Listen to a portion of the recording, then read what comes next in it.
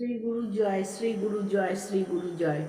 বরিশাল জেলার ভৈরবপাশা গ্রাম নিবাসী অভয়চরণ শিকদার দাদা শ্রী শ্রী গুরুদেবের প্রথম দিকের শিষ্য ছিলেন।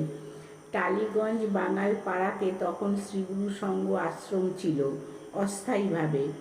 শ্রী শ্রী ঠাকুর আশ্রমে রহিয়াছেন, ভাগবত পাঠ হইতেছে। অভয় দাদা আশ্রমে আসিয়াছেন শ্রী শ্রী গুরুদেবের সঙ্গে দেখা করিবার জন্য। তিনিও আসরে উপস্থিত থাকিয়া ভাগবত ব্যাখ্যা শুনিতেছেন। অভয় দাদা পাঠ শুনিতে শুনিতে সামনের দিকে ঝুঁকিয়া পড়িতে লাগিলেন। শ্রী শ্রী গুরুদেব তাহা দেখিয়া উচ্চস্বরে অভয় দাদাকে ডাকিতে লাগিলেন। অভয় দাদা কোনো সাড়াই দিচ্ছিলেন না। একটু পরে অভয় দাদা কাঠ হইয়া পড়িয়া গেলেন।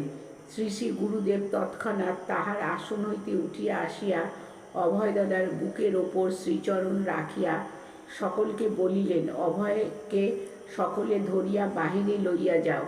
কিছুক্ষণের মধ্যে অভয় দাদার প্রাণবায়ু নির্গত হইল। তিনি দেহ রাখিলেন। অভয় দাদার বয়স তখন আনুমানিক 70 বৎসরের উপর হইবে। কি সৌভাগ্য অভয় দাদার! শ্রীমদ্ ভাগবত পাঠের আসরে শ্রীগুরু ভগবানের সান্নিধ্যে প্রাণত্যাগ করা কি কম সৌভাগ্যের কথা? শুধু কি তাই, অভয় দাদা যে মৃত্যুকালে শ্রী শ্রী গুরুদেবের শ্রীচরণ লাভ করলেন, পরম ভাগ্যবান অভয় দাদার সদ্গুরু ভগবানের শ্রীচরণ বক্ষে ধারণ করিয়া প্রাণত্যাগ করিলেন। শ্রী গুরু জয়, শ্রী গুরু জয়, শ্রী গুরু জয়।